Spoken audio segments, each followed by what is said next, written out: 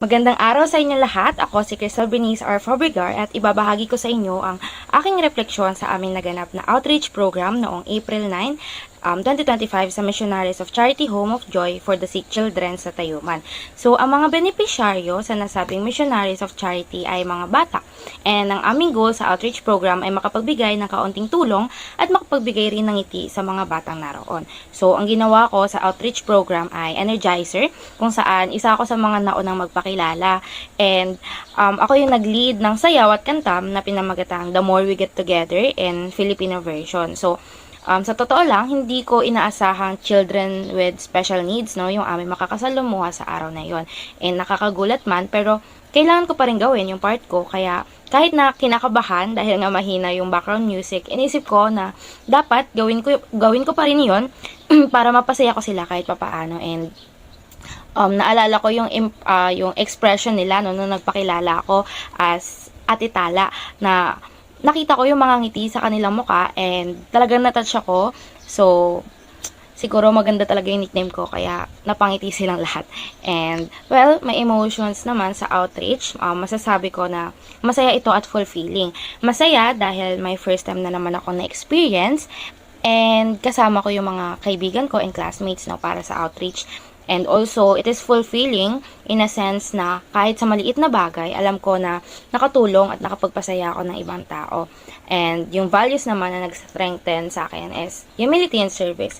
I believe na kailangan natin ng humility para ma-recognize yung bawat value ng buhay, regardless of any circumstances, no?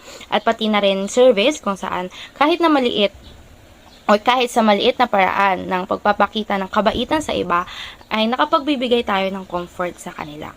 So, what I learned about the needs of abandoned people ay yung may kanya-kanya silang pangangailangan. Bukod pa sa material things, no? Sa tingin ko na marami sa kanila ang nangangailangan ng connection and belongingness. Since nasa iisang lugar sila, so madalang din siguro nagkakaroon ng bisita ron and madalang din yung nagiging interaction nila sa ibang tao.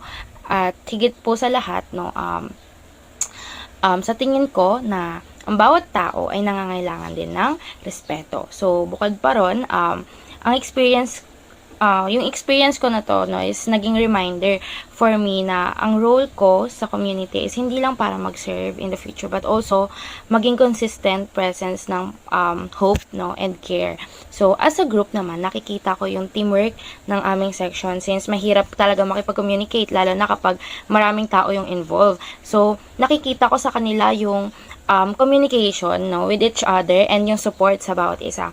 Also, maganda yung experience ng outreach kasi nagkaroon kami ng mas malalim na pagsasama as a section kung saan mas na-appreciate namin yung effort ng bawat isa, and sa tingin ko rin mas pinagtibay nito yung samahan namin kasi nga lahat kami handang makipag-cooperate para lang ma-achieve yung smooth na flow para sa outreach program. And for my insights, no, my insights about family is wala talagang perfectong pamilya. No, ang bawat isa sa atin ay iba-iba at hinuhubog ito ng mga challenges na hinaharap natin araw-araw. And sa society, kadalasan nagsiset ito ng mga standards na hindi siya makatotohanan at unrealistic. Pero dapat nating pairalin yung respect, no, love and understanding para sa ating pamilya. And lastly, yung paghubog ng values sa isang tao ay nagmumula sa pamilya. Sila yung unang nakakapag-instill ng values sa bata, and maaari nila ito madala hanggang sa magkaroon din sila ng sarili nilang pamilya.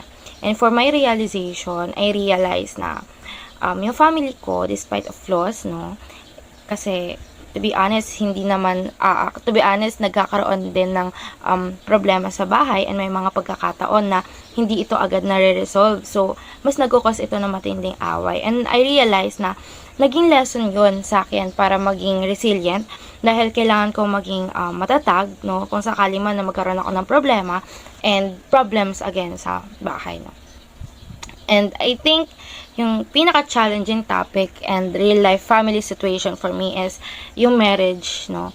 Challenge ito kasi malaking commitment yung pagpapakasal, and dapat sigurado at ready ka sa napili mong papakasalan And magiging challenge yung marriage once na may problem na mag-a-arise, kahit normal ito sa pamilya, no? Katulad ng abuse, adultery, and that can lead to broken family.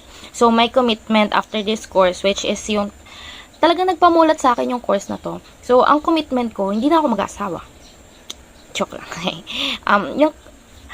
Sa tingin ko, I will commit, no, na, kasi kung titignan sa bawat pamilya, sa mga sharing namin, no, I will commit that if ever na magkaroon ako ng pamilya in the future, sisiguraduhin ko na may respeto, love, communication, and compromise na nangyayari sa bawat isa sa amin sa loob ng bahay.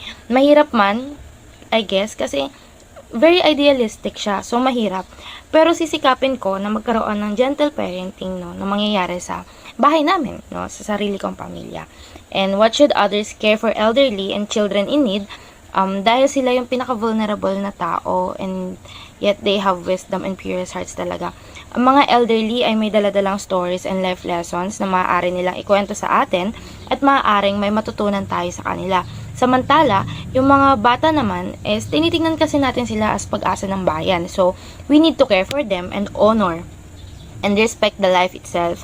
Madali lang naman maging mabait sa kapwa, kaya maaari natin tong gawin, no? And I think, one thing na napansin kong ine-encourage na lahat ay gawin, no, is yung family bonding. Well, sa section namin, no, we sometimes bond sa kahit saang parte ng PNU and kumakain kami and such. But other than that, nakita ko rin na kapag yung isa naming classmate or ka-group, no, ay may family gathering na kailangan puntahan on weekends, no, we encourage them and always remind them na hindi kami araw-araw student and that we have different roles in different settings. So, yeah, we need to do that.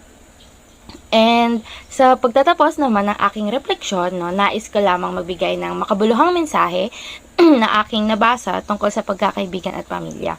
It is, you don't need to be related by blood to be a family. Love and presence are enough to make a difference. Thank you for listening.